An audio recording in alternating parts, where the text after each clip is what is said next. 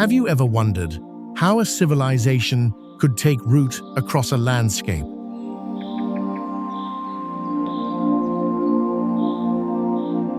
By every measure the modern world uses to define habitability, this landscape should have refused it.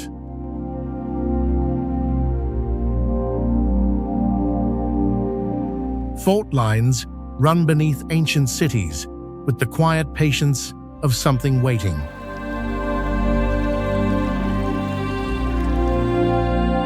Deserts record ground temperatures that exceed what most living things can survive.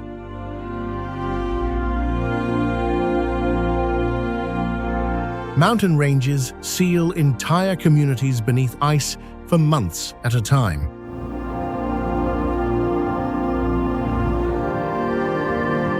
The distance between water and absence has never been a metaphor.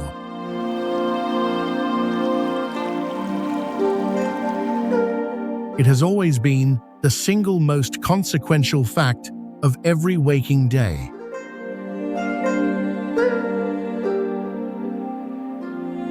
This has been true for every generation that has ever attempted to remain here.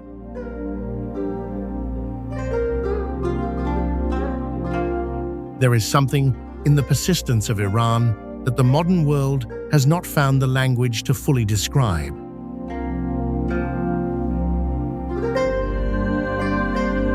The only vocabulary it has been given for this place is the vocabulary of geopolitical tension and ancient empire.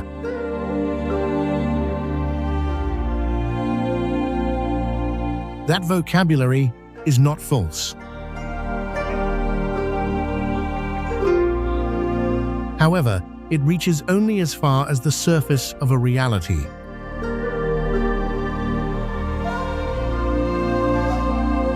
Iran is not a place that endures in spite of its conditions.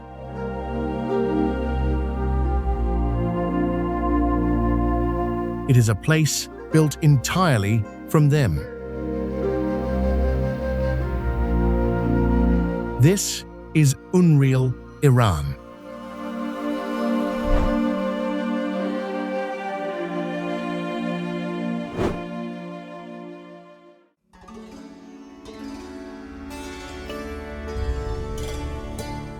What the ancient Persians designed across the open desert was a system so contrary to expectation that it reads less like engineering and more like a quiet argument against the logic of scarcity.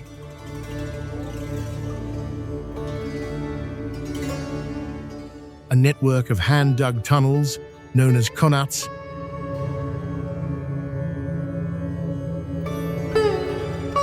drawing groundwater from mountain aquifers deep beneath the earth.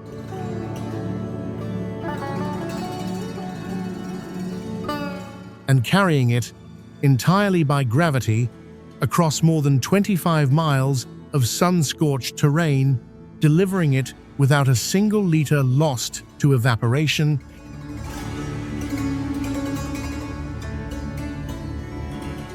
without pumps, without electricity, without anything the modern world would recognize as infrastructure.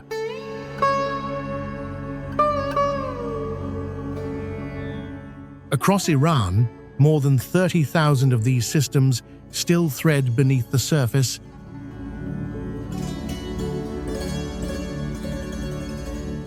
sustaining communities that, by any rational measure of habitability,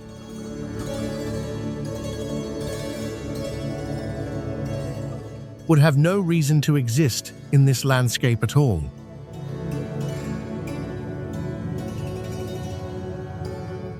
Yet engineering alone does not sustain a civilization,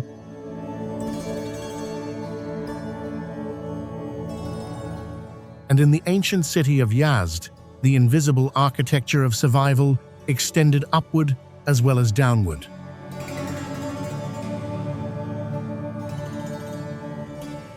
The Badger, the wind tower, rises above the rooftops.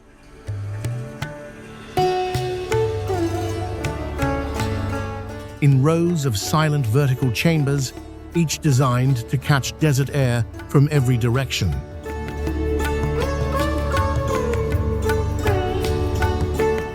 Draw it through channels cooled by damp earth and exhale refrigerated breath into the rooms below.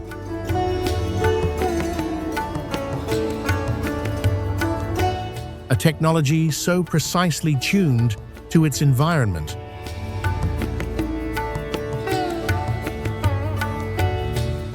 That it functions without compressors, without refrigerants, and without the carbon weight of mechanical cooling.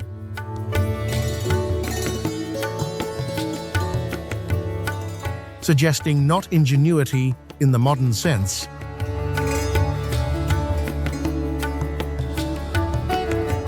but something closer to a long, patient conversation between a civilization and the atmosphere it inhabits.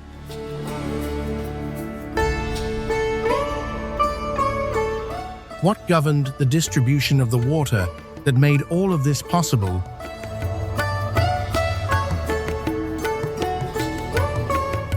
Was not abundance, but precision.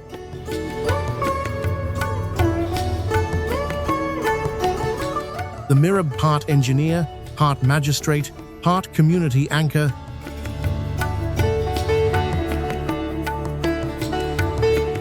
allocated each family's share.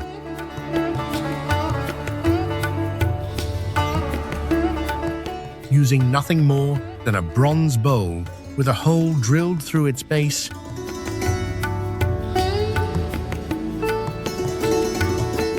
A water clock of extraordinary accuracy.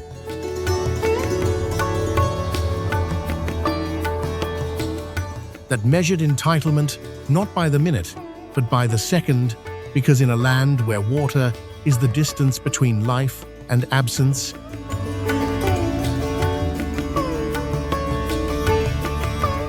fairness in its distribution is not a moral ideal.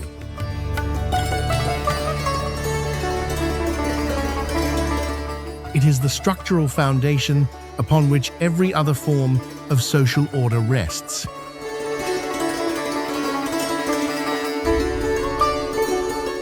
And on the high plains of Khuzestan,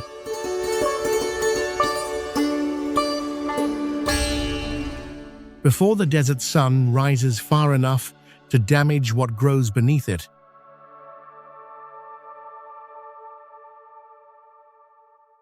a different expression of the same logic unfolds across the saffron fields.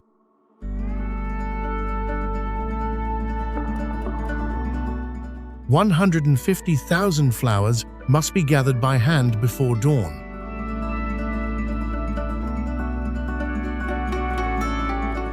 Yields a single kilogram of dried stigmas.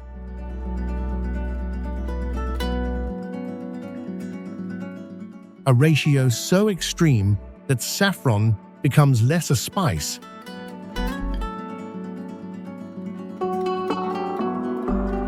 and more a compressed argument for survival.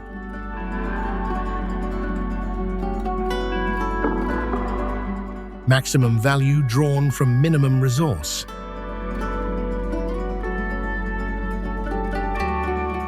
Through maximum human attention, an agricultural philosophy that,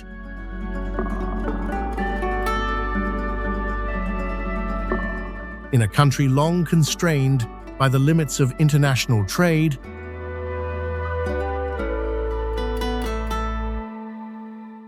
ceased long ago to be merely philosophy.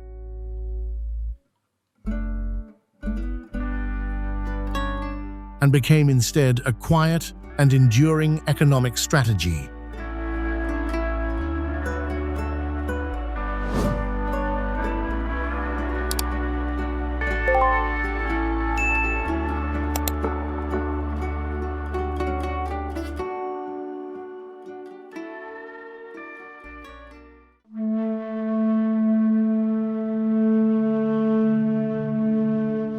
Most of the world builds against its landscape, leveling hills, draining marshes, imposing geometry on chaos.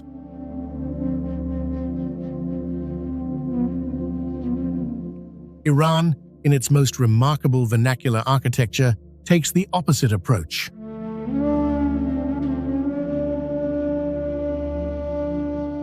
it builds with the landscape.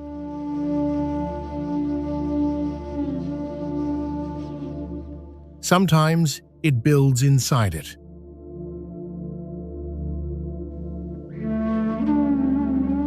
At Kandovan, in the volcanic highlands of East Azerbaijan, families have not constructed homes so much as excavated them, cutting rooms, staircases, and hearths directly into the ancient tufa rock.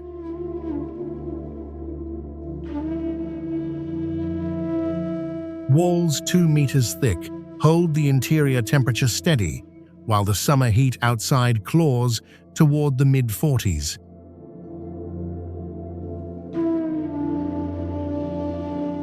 The centuries of accumulated soot along those walls, black and gleaming, is not neglect.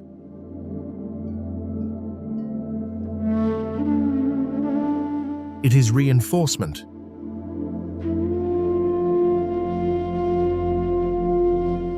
A 1,000 years of fires have hardened the stone, sealed the surface, and left a material record of every family that has ever sheltered here.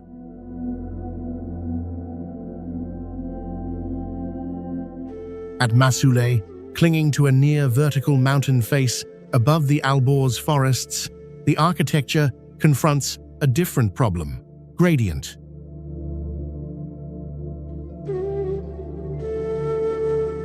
With slopes approaching 60 degrees and clouds so thick you can lose your neighbor 3 meters away, the village responds with 2 elegant solutions.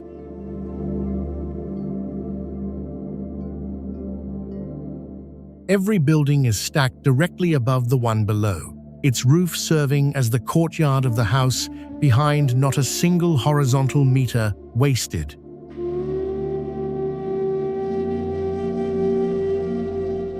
And the outer walls are washed in golden clay, not for beauty, but for visibility, so that a woman can find her door in the fog.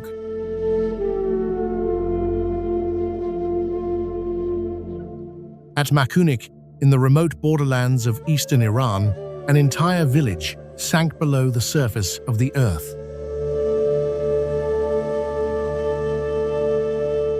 Doorways stand barely 50 centimeters tall.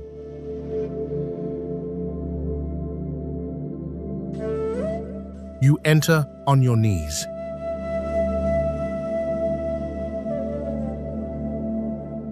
This is not poverty of design.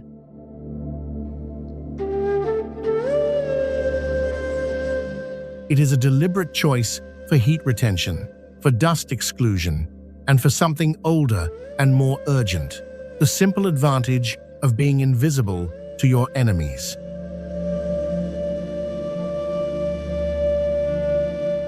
At Pelangan, the houses are built from limestone without mortar, stone set against stone, in a drywall technique refined across generations, each row the careful judgment of a builder who understood that the mountain itself would provide what cement cannot: permanence through precision.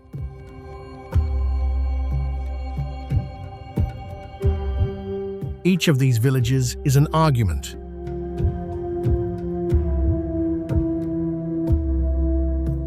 Each one says, "We looked at this place in its full difficulty, and we found not a problem to be solved, but a logic to be followed."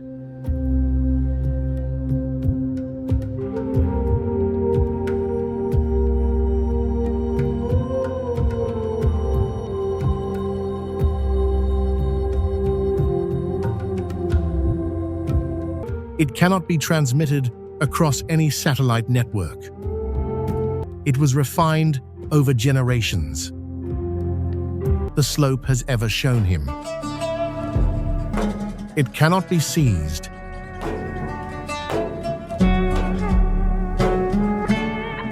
It cannot be frozen.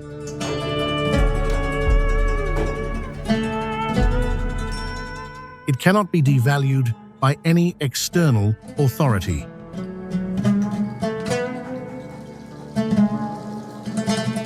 Traveling with them on every crossing is KASHAN. It was born from necessity. refined through repetition.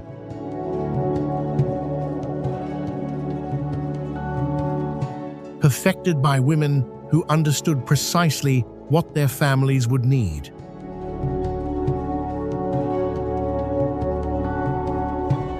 And precisely how little they could afford to carry it in.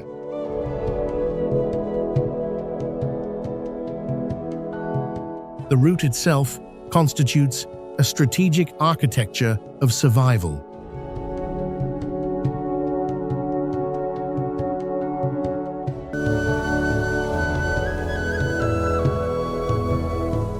There, the cold cannot reach deep enough to threaten what has been built.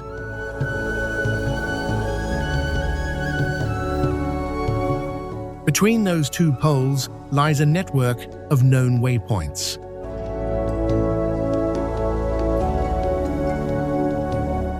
Water sources.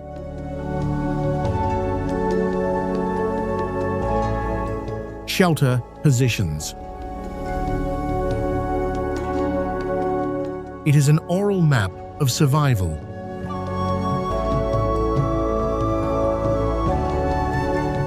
Committed to memory across generations.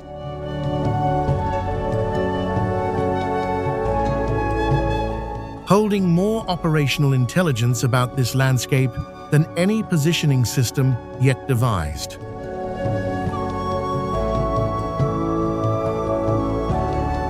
It exists nowhere except in the minds of the people who carry it forward.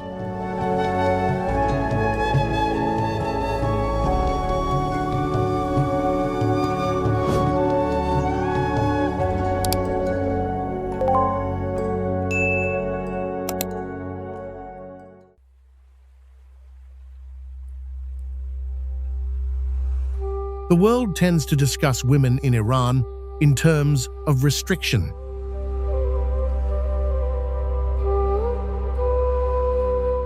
What is far less discussed and far more consequential is what Iranian women have built.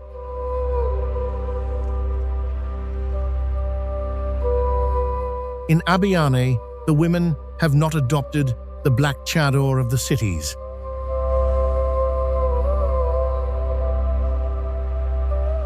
They wear white headscarves printed with roses and layered skirts of vivid color, a tradition that predates Islam, that has survived every change of dynasty and every shift of official decree, and that continues today as an act not of rebellion, but of deep, unbroken continuity.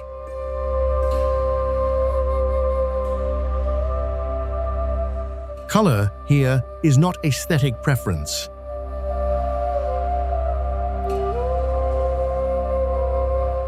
It is cultural memory made visible. In the Kurdish highlands, women dress in fabrics so saturated with color, they seem almost defiant against the gray rock and mountain mist.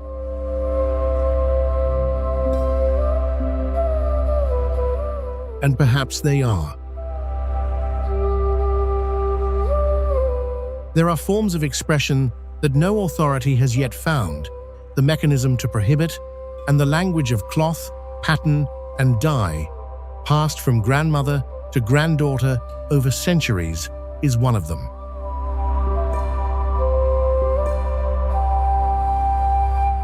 On a Persian carpet, a woman does not merely weave wool.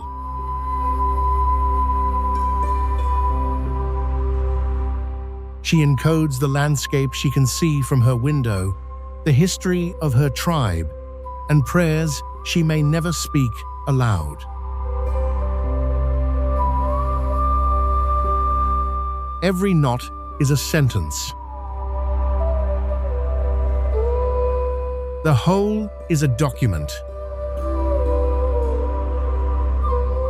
But the role of women here extends far beyond its most visible expressions.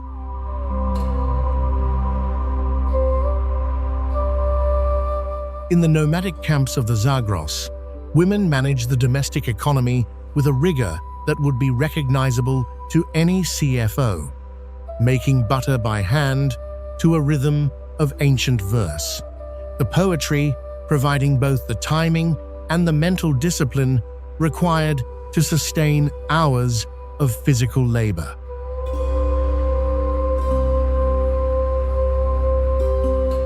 Producing kashk for the journey ahead.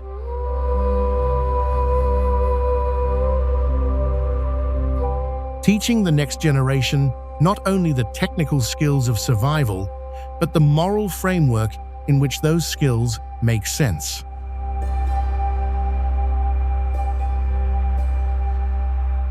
The grandmother who transmits knowledge here is not merely preserving tradition,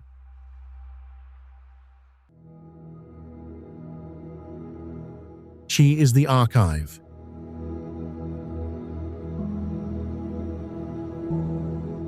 She is the institution.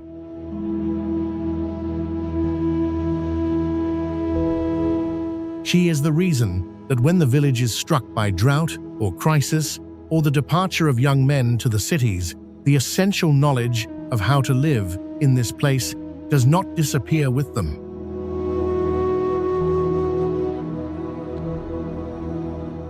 On the frozen slopes of the Zagros in winter, there is an image that tells you everything. A woman carrying a load on her back that would test a strong man, moving steadily across ice into wind without drama.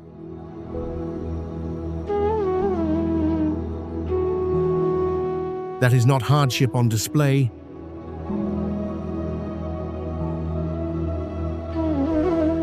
That is simply what keeping a civilization going looks like on an ordinary Tuesday in the mountains of Iran.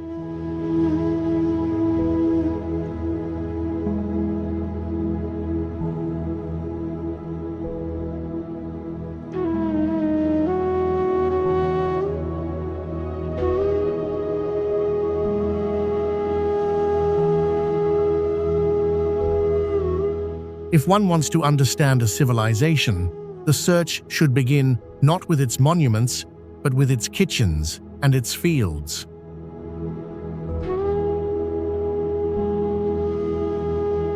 In Iran's villages, the kitchen is not a room, but a laboratory, a classroom, and a temple simultaneously, presided over by women whose hands carry a form of intelligence that no culinary school has ever managed to fully codify.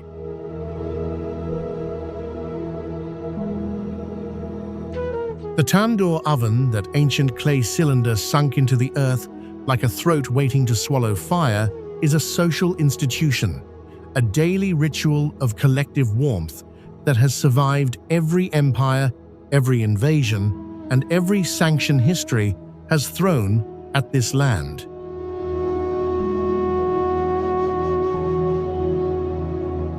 Lighting it requires judgment, honed over decades. The dryness of the wood, the pace of the fire, the internal temperature read not with any instrument, but with an outstretched palm.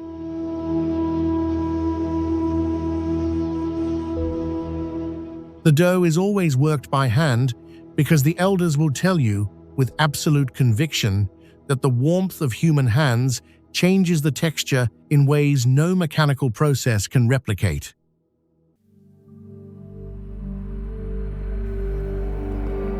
And beyond the kitchen walls, in the vast saffron fields of Khuzestan, the ancient treasury of the East, this same philosophy of patient, concentrated labor reaches its most extraordinary expression: 150,000 purple crocus flowers harvested by hand before dawn, in the cold dark, to yield a single kilogram of dried stigmas.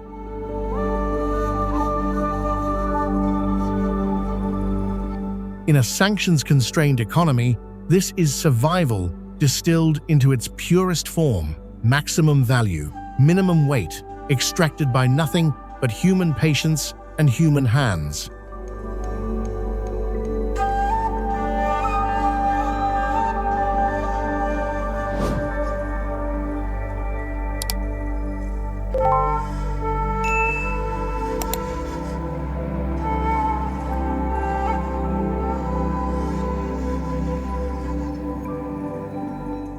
Lut Desert does not negotiate.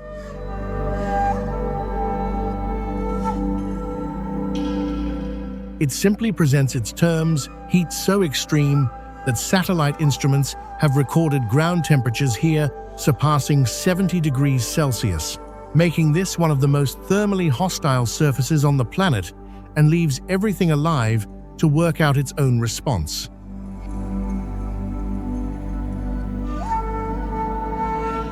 The people of Bam worked theirs out across 20 centuries.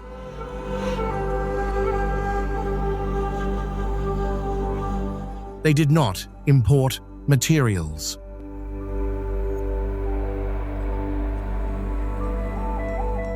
They did not wait for conditions to improve.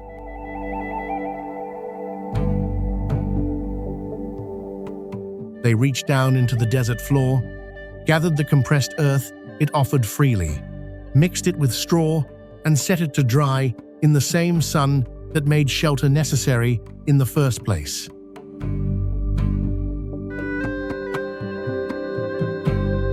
The logic is almost elegantly circular.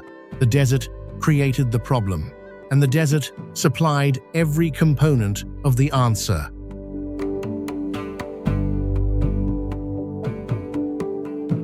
Every brick in ARG-E Bam is a piece of the landscape that simply changed form.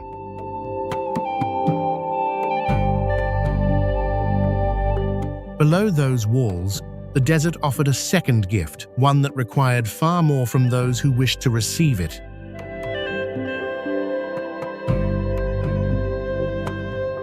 The Qanat network descends tens of feet beneath the surface to where the desert hides what its surface refuses. Water, drawn down from distant mountains along channels of precise gradient, traveling up to 40 kilometers entirely by gravity, arriving cold and constant in a city standing in 50-degree heat.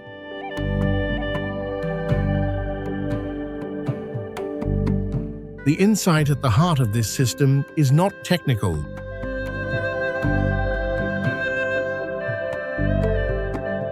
It is philosophical. The desert does not lack water. It simply keeps it somewhere the sun cannot reach.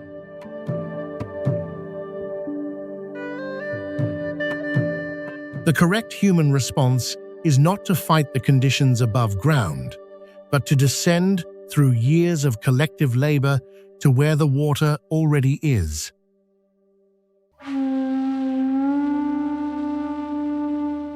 That combination, earth walls and underground rivers, held a Silk Road city of 13,000 people together for 2,000 years.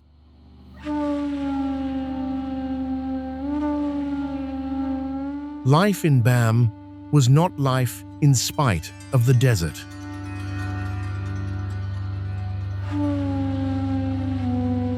It was life made entirely from it.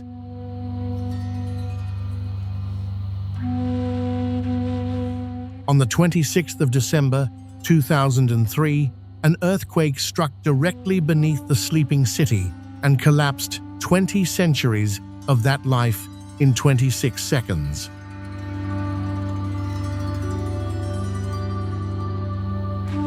"26,000 people died. Recovery has continued for more than 2 decades. Individual bricks lifted from the rubble, cleaned, catalogued, and returned to their approximate original positions.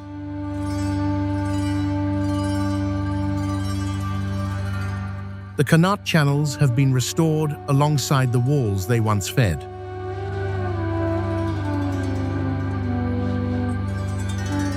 Bam is being rebuilt from its own remains, brick by reclaimed brick, by the same logic that built it the first time.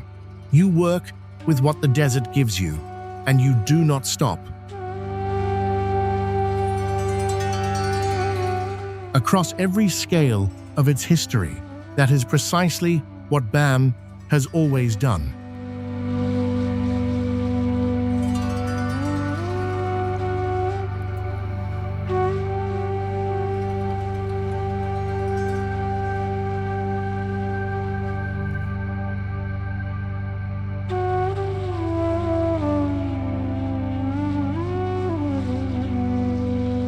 There is a particular discipline that the desert teaches to those who live within it long enough.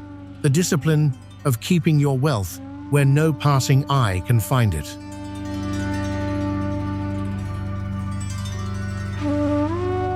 KASHAN learned this lesson better than almost any city on Earth.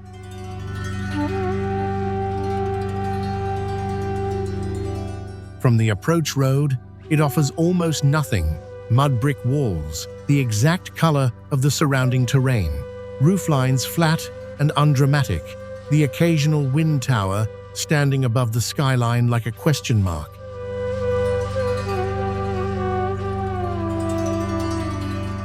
A traveler who did not know better might read it as a modest place, a place without much to protect.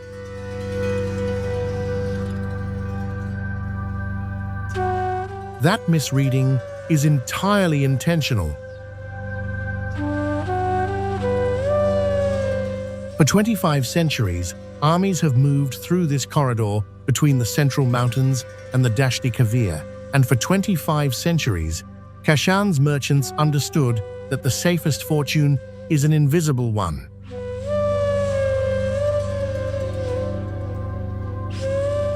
What cannot be seen cannot be coveted.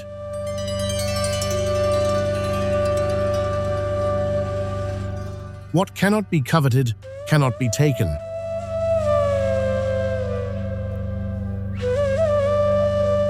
Pass through one of the low gates, and the desert's logic inverts completely.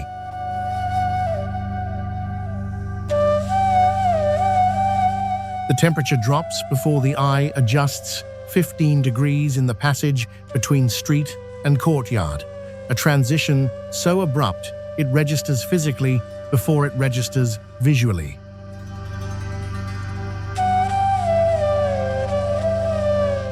Then the courtyard opens, a fountain running over tiles, roses in bloom against plastered walls, light falling at angles that took an architect considerable calculation to arrange.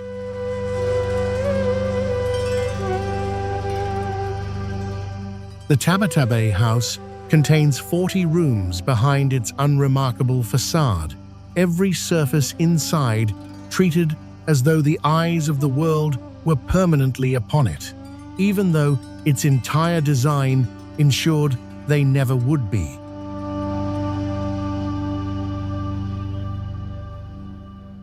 Beauty here is a private practice.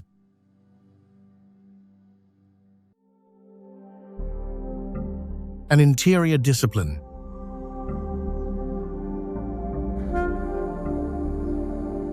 The desert outside demanded austerity. The response was to locate all extravagance within.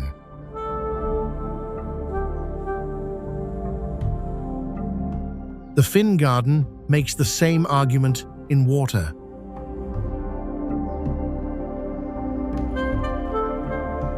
Fed by a spring through a hydraulic system laid down in the 16th century, its fountains operate today at the same flow rate they maintained 500 years ago. No mechanical assistance, no modern infrastructure, nothing but the pressure differential between source elevation and garden level, a calculation made once and not yet improved upon.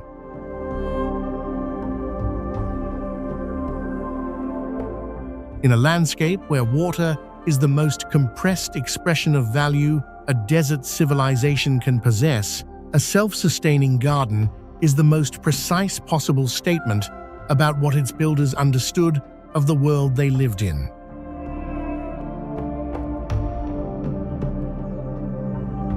The carpet workshops that funded all of this still operate in KASHAN, but the markets they once supplied have been cut off by decades of sanctions, and the craftspeople working within those same understated walls now conceal something additional behind them, not only beauty, but uncertainty.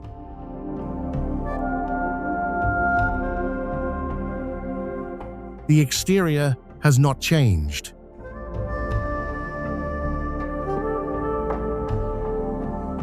It was never meant to reveal anything.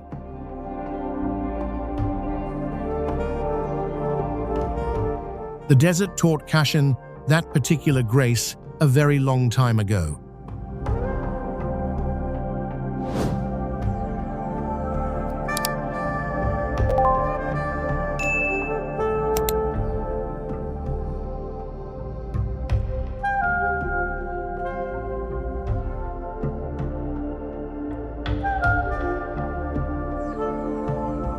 The Zagros Mountains do not rise gradually. They erupt from the earth in a series of parallel ridges folding across more than 900 miles of western Iran.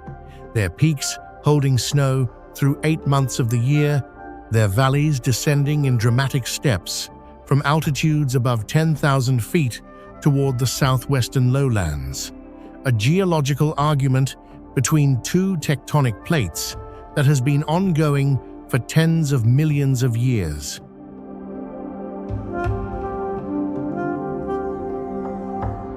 The rock is limestone and shale, porous and fractured, constantly shifting in increments, too slow for any single human life to measure, but too consequential for any community living on it to ignore.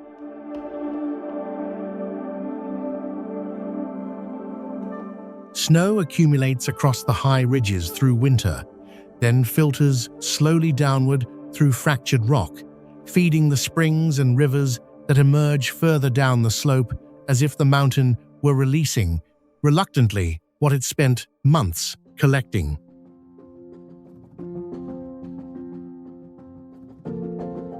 This landscape looks unreal, not because it is untouched, but because it is structurally, genuinely hostile to the kind of permanence that most human civilizations have attempted to build.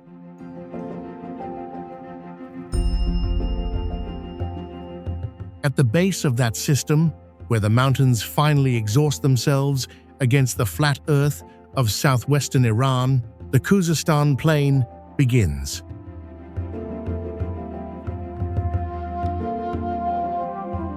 It is everything the Zagros is not: wide, flat, hazy.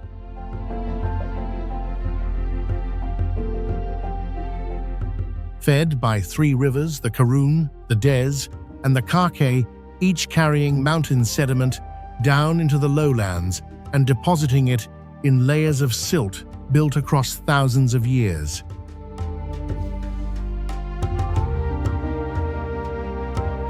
Winters here are mild.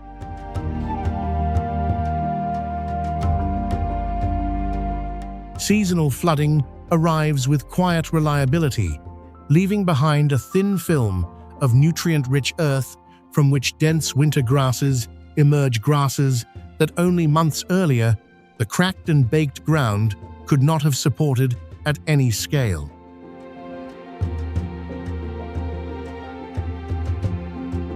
Together, these two landscapes form a single system.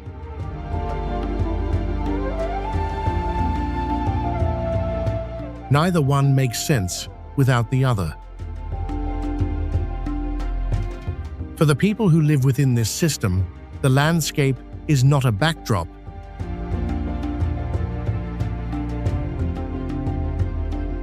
It is the entire structure of existence.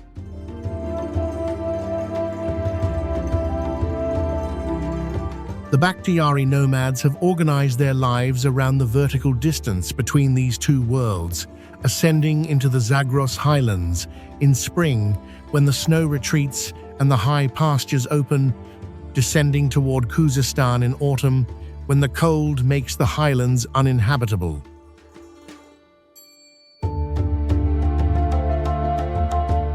The route between those two poles is not chosen.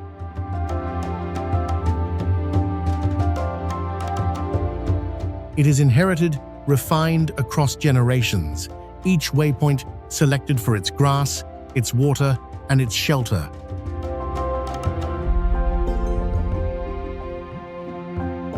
A Bakhtiari elder does not consult a map.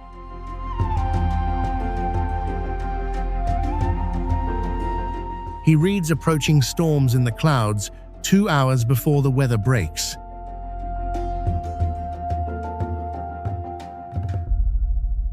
He reads the unusual stillness of a herd as information.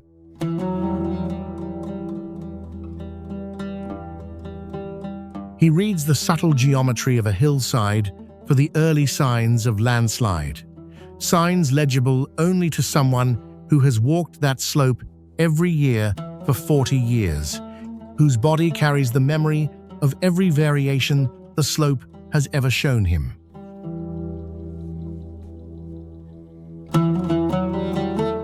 For these communities, the Zagros is not terrain to be crossed. It is a language to be read.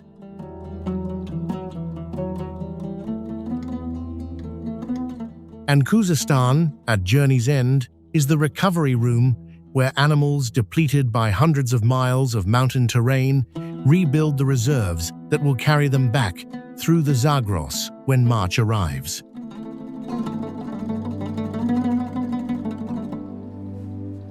The pressures bearing down on this system today are not subtle.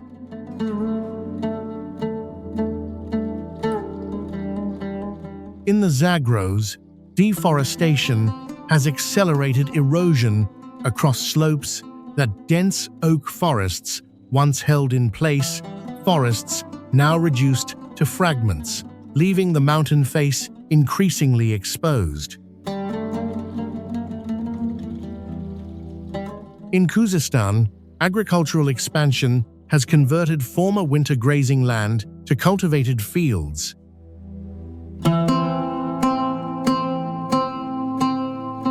The Karun has been dammed multiple times upstream, altering the flooding patterns that once refreshed the soil and sustained the grass.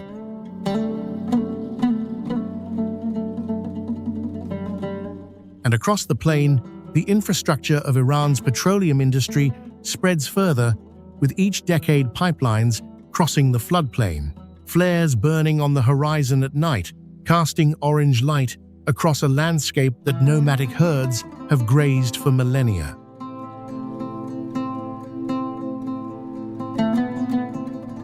The contrast between a shepherd moving a flock through the winter grass and an oil extraction facility 2 miles behind him is not metaphorical.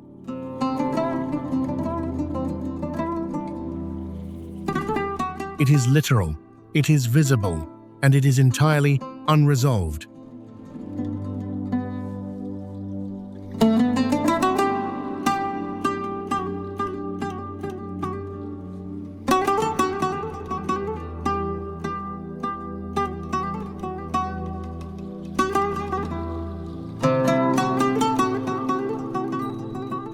Iran should not exist, not by any modern calculus of stability, comfort, or control.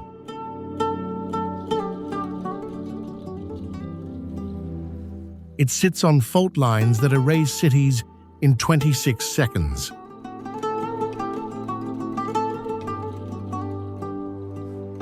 It stretches across deserts where the ground surface exceeds 70 degrees.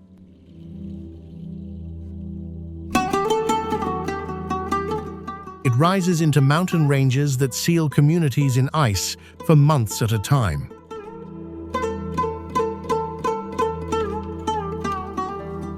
And yet, against every reasonable expectation, it not only exists, it has been continuously, stubbornly, ingeniously inhabited for longer than most of the world's civilizations have had names.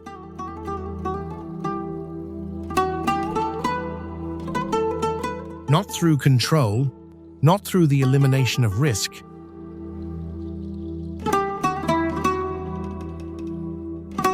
but through something older and more durable than either. The accumulated intelligence of people who learned, across centuries of repetition, how to live inside conditions that were never going to change to meet them.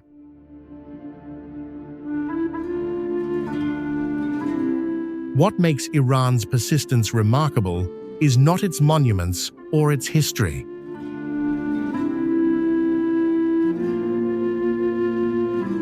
It is the logic embedded in every Qanat channel, every wind tower, every knot of a carpet, every disk of kashk, every morning that begins before sunrise in a courtyard that the world will never photograph.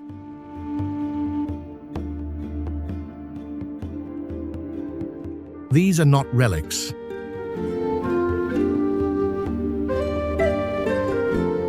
They are working answers to questions that the rest of the world is only beginning to ask about water, about heat, about how a community holds together when the ground beneath it is unreliable and the resources above it are scarce.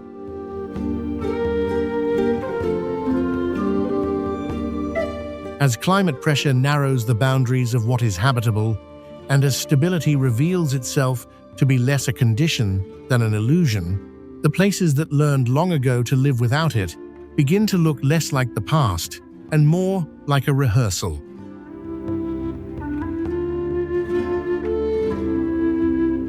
Iran is not an exception.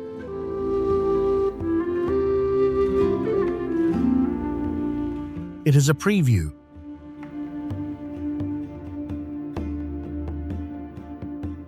And this journey does not end here.